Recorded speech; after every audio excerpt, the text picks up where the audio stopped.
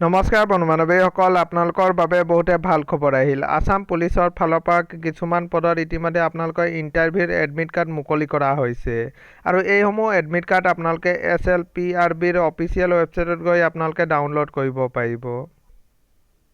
আপোনালোকে চাব পাৰে আসাম পুলিচৰ অফিচিয়েল ৱেবছাইটত ইয়াত আপোনালোকে চাব পাৰে 29/1/2024 ইতিমধ্যে আপোনালোকৰ নটিচ প্ৰকাশ কৰা হৈছে।